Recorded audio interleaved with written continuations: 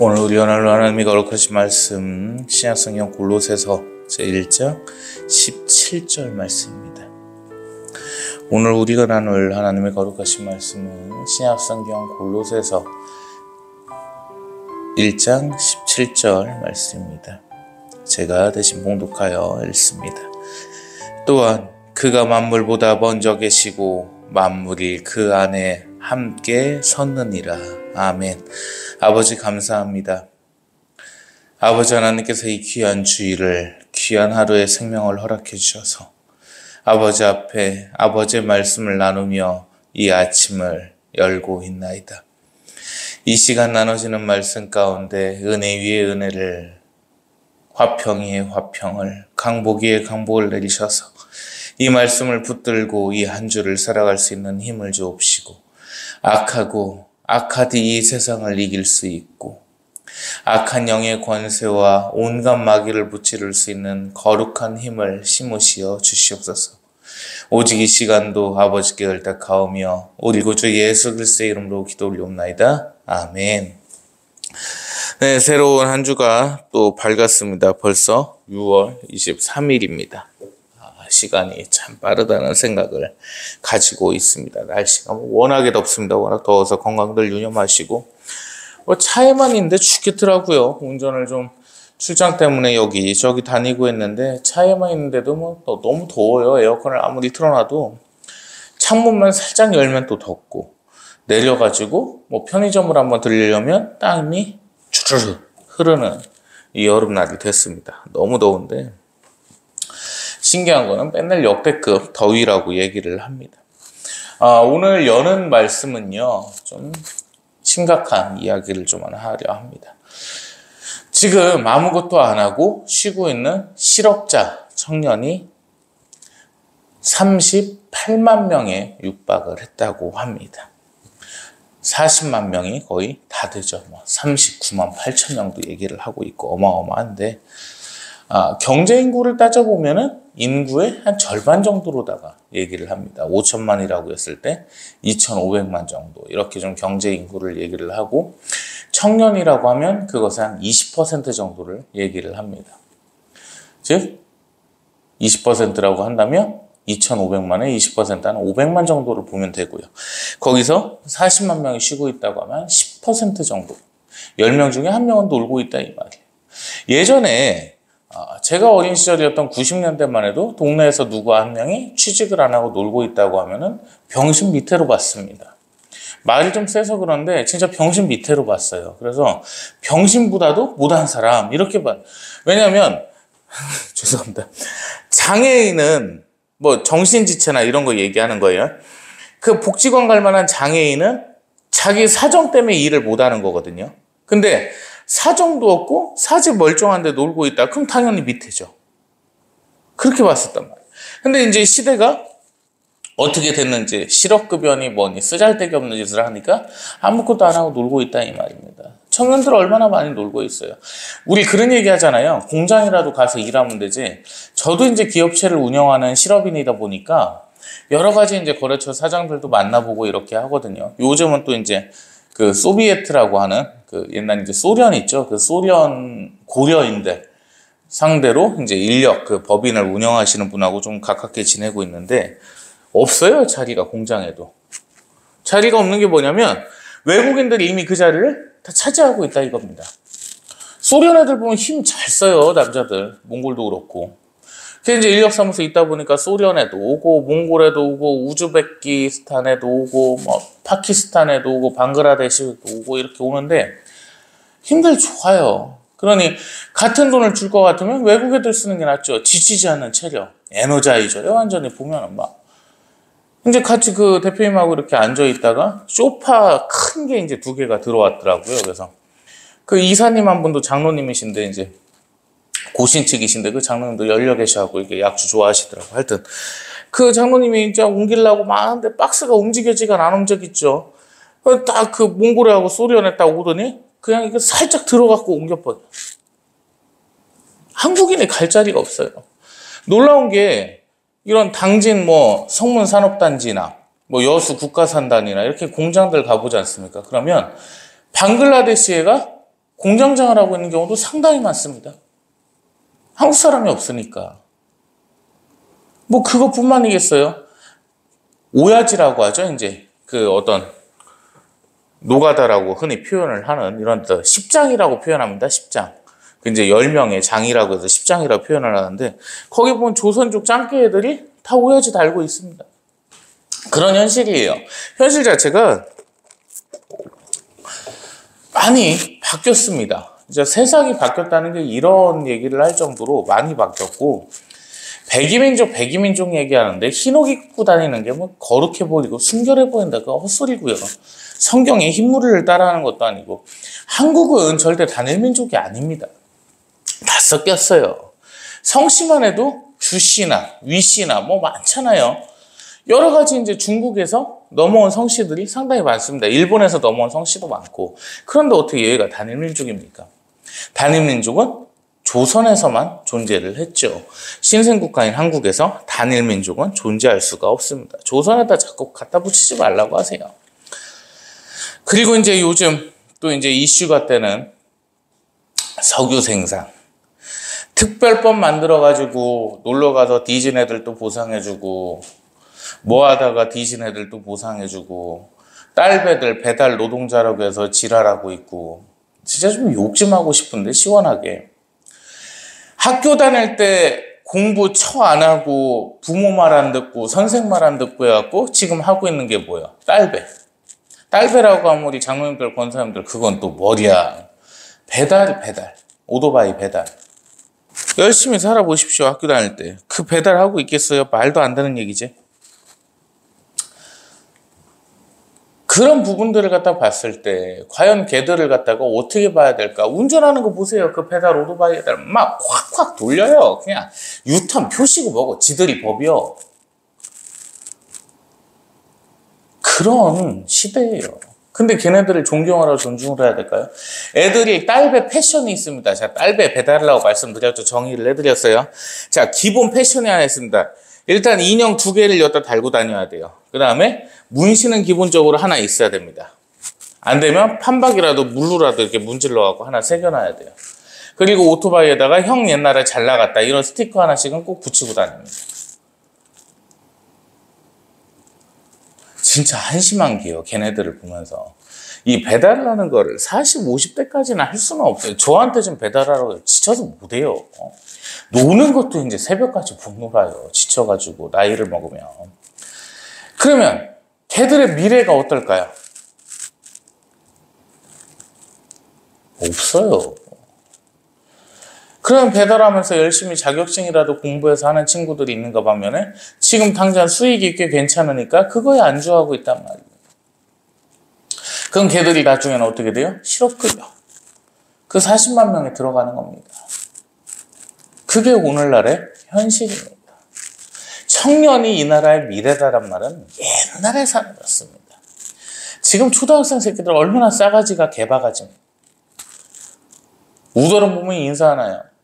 옛날에는요 어느 정도였냐면 저 국민학교 때만 해도 그냥 밖에 나가고 옆집 어르신이 앉아 계시면 그냥 인사를 하고 갔어요. 그게 예의라고 생각을 했단 말입니다. 고등학생 시절이나 담배를 피고 있다가도요 노인 양반 지나가면 뒤로 그래도 한 번은 숨겨줍니다. 그게 예의라고 생각을 했단 말이에요. 술을 먹고도 어린 나이에는 조용히 집에 들어가서 자고. 근데 요즘 시대가 어때요? 청년이 이 나라의 미래라고 하면 이 나라의 미래는 작살난 겁니다.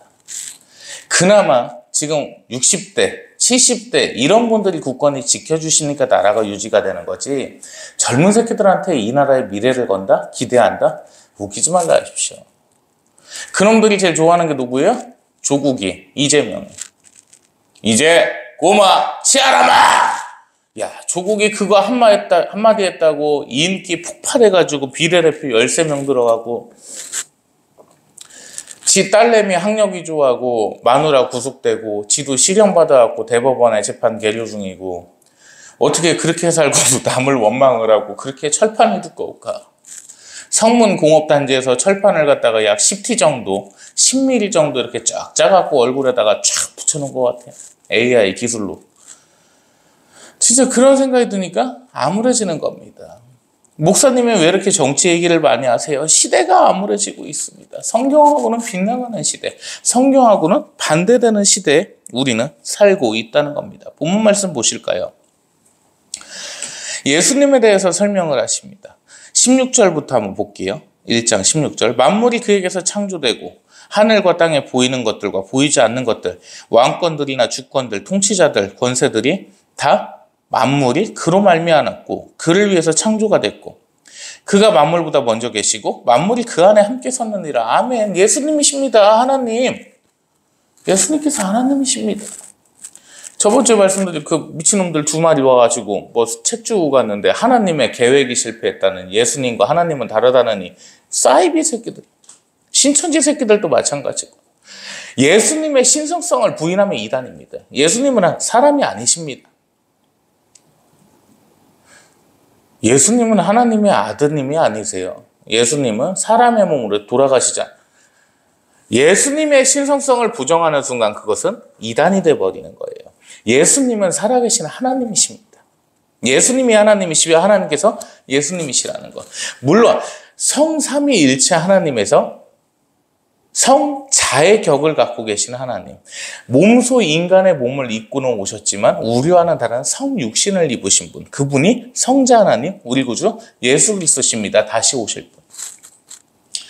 예수님에 대해서는 정말 깊게 생각하시고 가슴에 새기시고 제가 말한 대로만 들으시기를 바랍니다. 예수님은 우리 주님이시며 하나님이십니다. 만물을 창조하신 하나님이시요 만유의 주권자이십니다. 그분이 우리 구주 예수 그리스도시라는 거. 이 성경 한 구절로 끝납니다. 우리가 2장 8절 말씀 한번 보겠습니다. 골로새서 2장 8절 말씀입니다. 제가 대신 봉독하여 올립니다. 누가 철학과 헛된 속임수로 너희를 사로잡을까 주의하라. 이것은 사람의 전통과 세상의 초등학문을 따름이요 그리스도를 따름이 아니니라. 아멘. 자, 철학 나왔습니다. 철학. 지금 현대사회에서 하나님과 가장 멀어지게 하는 학문 중에 하나가 바로 철학입니다. 이 철학은 한마디로 표현을 하면 인본주의입니다. 다시 말해서 인간의 근본과 인간의 생각과 인간의 심리를 갖다가 연구하는 게 이 철학이라는 것입니다. 동네에서 보면 철학관 많이 있죠. 요새는 점쟁이들도 철학관이라고 붙여놓대요. 그 얘기가 나와서 말인데, 세상 것들을 제가 되게 좋아합니다. 세상 연애 프로그램이나 유튜브에 이렇게 세상에 관한 거, 여자가 남자를 좋아할 때, 남자가 여자를 좋아할 때 이런 유튜브 보면 참 재밌어요. 나이를 먹어서 그런지 요새 젊은 애들 어떻게 사나. 신들린 연애라는 프로그램이 나왔습니다. 새로 6월 18일 날 이제 좀 시리즈를 시작을 했는데, 그게 뭐냐면 무당애들이 나오는 거예요. 무당애들이 나와가지고 서로 이렇게 첫인상 선택하고 나는 서로 같은 이제 느낌이거든요. 근데 이제 다 무당들이란 말이에요. 그래갖고 육식갑자로다가 사주를 갖다가 먼저 파악을 합니다. 만날 때. 그래서 너는 사주에 붉은 닭이 들어있구나. 그리고 너는 푸른 개가 들어있구나. 그러니까 닭하고 개하고 원수기는 한데 너는 빨간색이고 너는 파란색이니까 같이 합쳐보거라. 뭐 이런 식으로다가 이제 한단 말이에요. 그게 이제 신들린 연애인데 왜 신들린 연애가 있어? 그래. 이게 철학이라는 자체가요, 그 무속하고 연관이 될 수밖에 없어요. 이게 왜 그러냐면 인본주의라서 그런 겁니다. 사람이 곧 하늘이다. 인내천사상하고 결부가 되죠. 그러다 보니까 이 철학이라는 부분과 하나님과는 절대적으로 대적할 수밖에 없는 부분이에요. 즉, 그 철학에 대해서 바울 사도께서는 헛된 속임수라고 말씀하십니다. 사람의 한계점은요, 유한합니다. 매우 유한합니다. 아무리 날고 겨봐야 사람은 사람일 뿐이에요. 만유의 주권자이신 하나님 앞에서 사람은 일개 미물에 불과하다는 겁니다. 그런데 그 사람의 머리를 가지고 사람의 근본을 가지고 하나님을 파악할 수 있다? 말도 안 되는 소리를 짓거리는 거지요. 그래서 그것들에 대해서 주의하라고 말씀을 하시면서 사람의 전통을 따르지 말라고 하십니다. 성경을 지키다 보면요, 인간적인 생각과는 대조될 때가 많습니다. 그것이 사람의 전통입니다. 그것을 따르지 않는 것이 그리스도인의 자세라는 겁니다. 오늘 좀 이해 좀 해. 너무 더워가지고 이 스타바크스 좀 커피를 마시고 있는데 견디질 못했어요, 제가. 무튼 그것과 세상의 초등학문이라 표현되어 있는데 좀 쉽게 풀어드릴게요. 아주 유치한 학문들. 다행히 지구 평평하다고 했을 때 우리 새생교회 성도님들이 떠나시지 않았습니다. 성경적으로 평평한 게 맞아요. 해와 달은 사람을 위해서 아버지 하나님께서 만들어 놓으신 것일 뿐입니다. 도구일 뿐입니다. 태양이 뭐 지구보다 크고 클 수 있겠죠. 달이 지구보다 뭐 크고 우주를 봤을 때 뭐 사람은 진짜 미물에 불과하다. 얼마나 유치해요. 그게 유치한 학문 아닙니까? 지금 바울 선생님이 말씀하신 초등학문 아니에요. 하나님께서 만물을 창조하실 때요, 사람 이외의 모든 것은 사람을 위해서 만들어 주셨습니다. 해는 낮을 밝히기 위해 만들어 주셨고, 달은 밤을 지켜주기 위해서 만들어 주셨습니다. 달이 없다고 생각해 보십시오. 껌껌하겠죠. 짐승들로부터 위협을 받겠죠. 현대사회에서는 기타 여러 가지 범죄에 노출이 될 수 있겠죠. 그렇기 때문에 그 달이라는 것을 만들어 주셔서 사람을 지켜주시기 위해서 조명처럼 어두운 조명을 밤에는 켜놓으셨습니다. 사람이 소중합니까? 우주가 소중합니까? 당연한 얘기죠. 그것들이 이 세상의 사람의 전통과 초등 학문이라는 것입니다. 즉, 성경과 사람의 생각, 사람의 전통은 당연스럽게 대치가 될 수밖에 없다는 것입니다. 우리 2장 16절과요, 17절, 18절도 한번 보겠습니다. 그러므로 먹고 마시는 것과 절기나 초하루라 안식일을 이유로 누구든지 너희를 비판치 못하게 하라. 이것들은 장래의 일과 그림자나 몸은 그리스도의 것이니라. 아무도 꾸며낸 겸손과 천사 숭배를 이유로 너희를 정죄하지 못하게 하라. 그가 그 본 것에 의지하여 그 육신의 생각을 따라 헛되이 과장하고 19절 읽습니다. 머리를 붙들지 아니하는지라 온몸이 머리로 말미암아 마디와 힘줄을 공급함을 받고 연합하여 하나님이 자라게 하심으로 자라느니라. 아멘. 여기 다른 구절 물론 중요합니다. 16절 말씀은 뭐냐면요, 먹고 마시는 것으로 너희를 비판치 못하게 하려고 합니다. 이게 뭔 말씀인지 아십니까 혹시? 전사님, 먹고 마시는 게 뭘까요?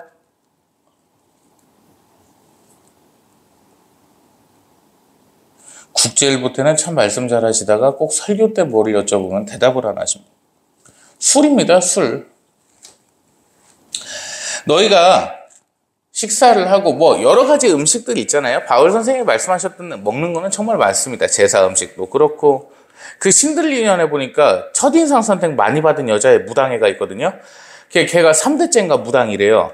걔한테 제일 잘하는 음식 뭐냐니까 제사 음식이랍니다. 하여튼 자, 제사 음식 이런 거 먹는 거 꺼리 끼면 먹지 말라고 하셨죠. 그 다음에 뭐 굽이 갈라진 것들, 구약 시대에서 정제됐었던 음식들 이런 것들과 마시는 것, 즉 술입니다.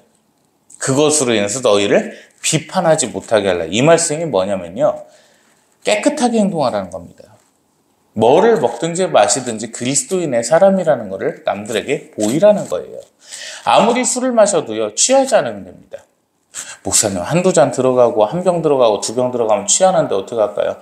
그 취하는 게 당연히 얼굴 빨개지고 기분이 약간 격양되는 건 당연한 거예요. 근데 그 취함으로 인해서 실수를 하나, 예를 들어 멀쩡히 택시를 타고 가다가 갑자기 택시기사한테 쎄리 욕을 한다거나, 아니면 갑자기 술을 먹고 부모한테 전화를 해서 욕지거리를 한다거나, 형제간에 전화를 해서 재산 싸움을 한다거나, 부인한테 욕을 한다거나, 아니면 불륜을 저지른다거나, 갑자기 술을 한 잔 먹고 보문산을 가고 싶거나 식장산을 가고 싶거나 동학사를 가고 싶어서 가서 아줌마들하고 히히덕거리면서 불륜을 저지른다거나, 이런 짓거리들을 하지 말라는 겁니다.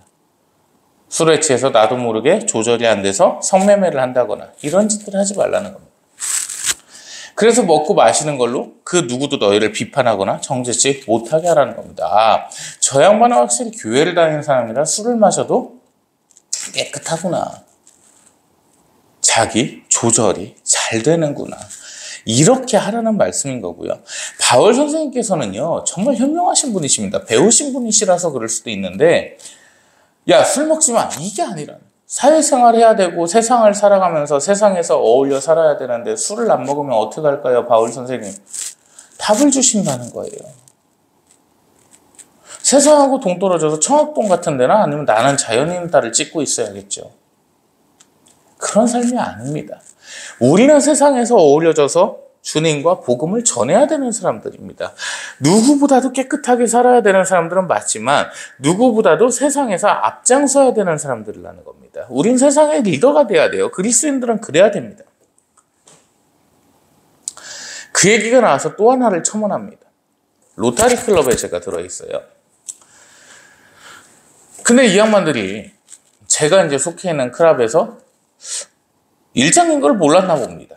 그러다가 작년 11월 달 정도에 알게 됐대요, 웹사를.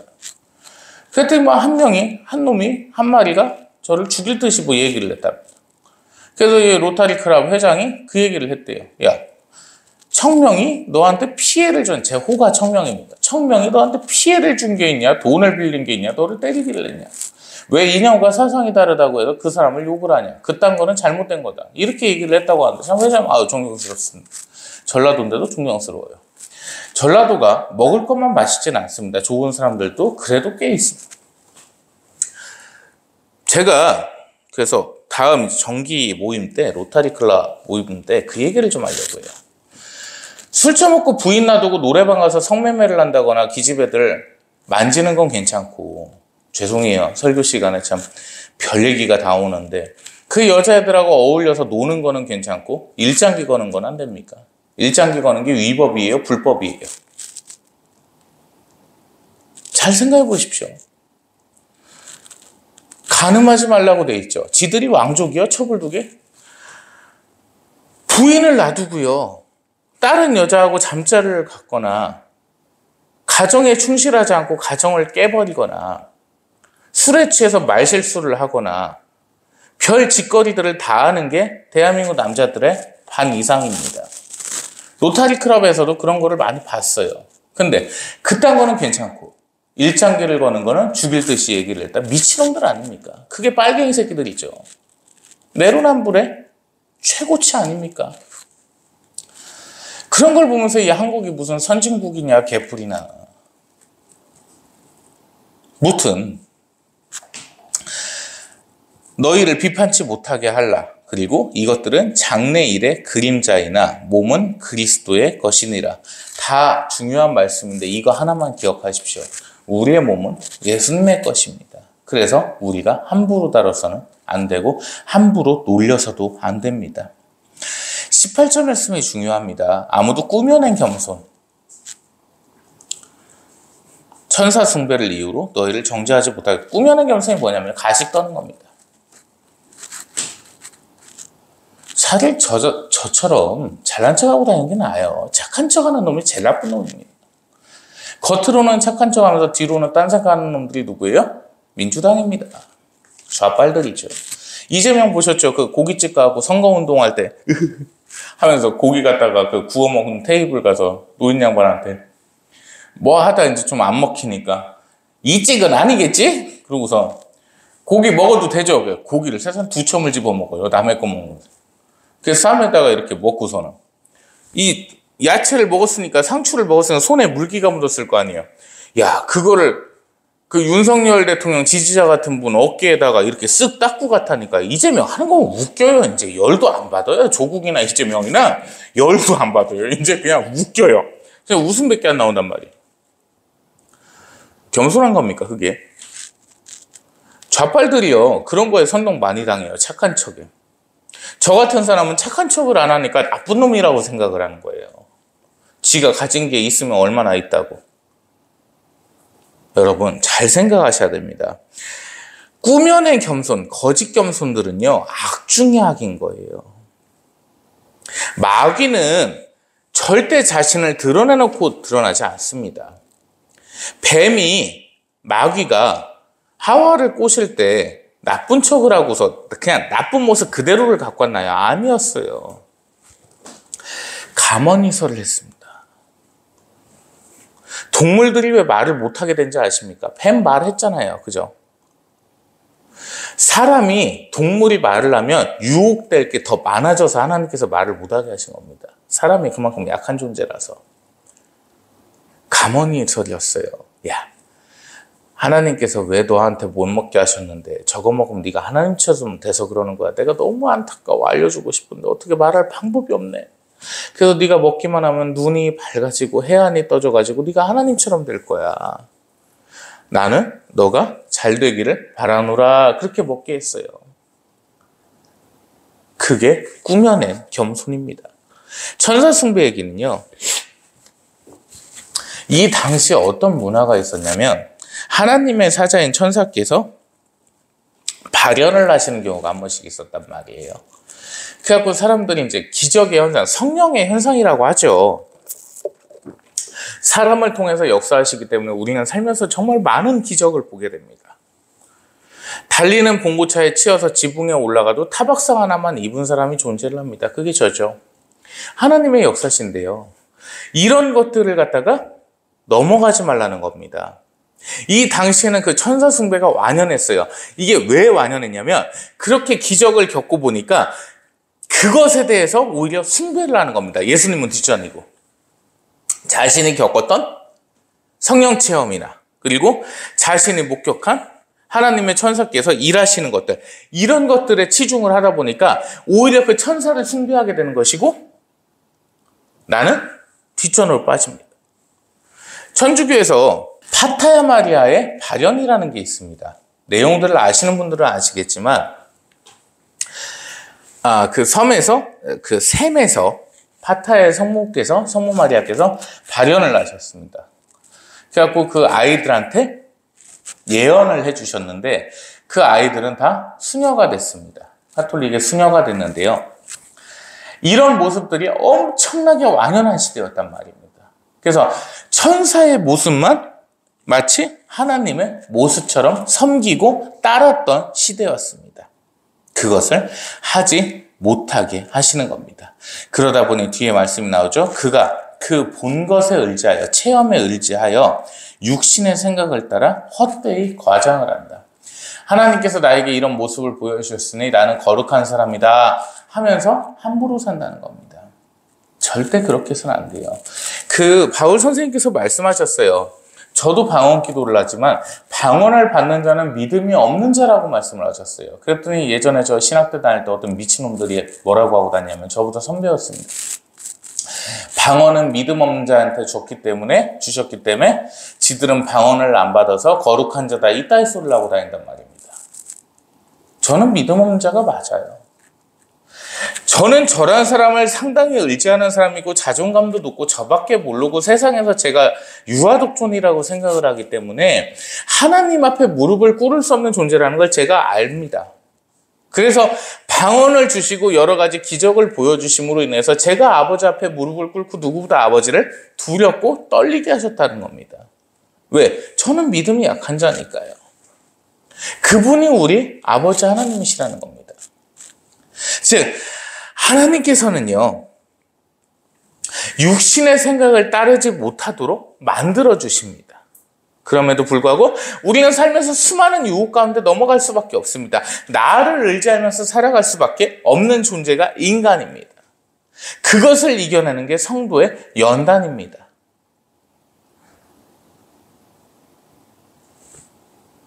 바울 선생님의 골로새서 말씀을 읽다 보면요, 인간의 삶이 무엇인지, 성도의 삶이 무엇인지 매우 완연하게, 엄청나게 잘 나와 있다는 거예요.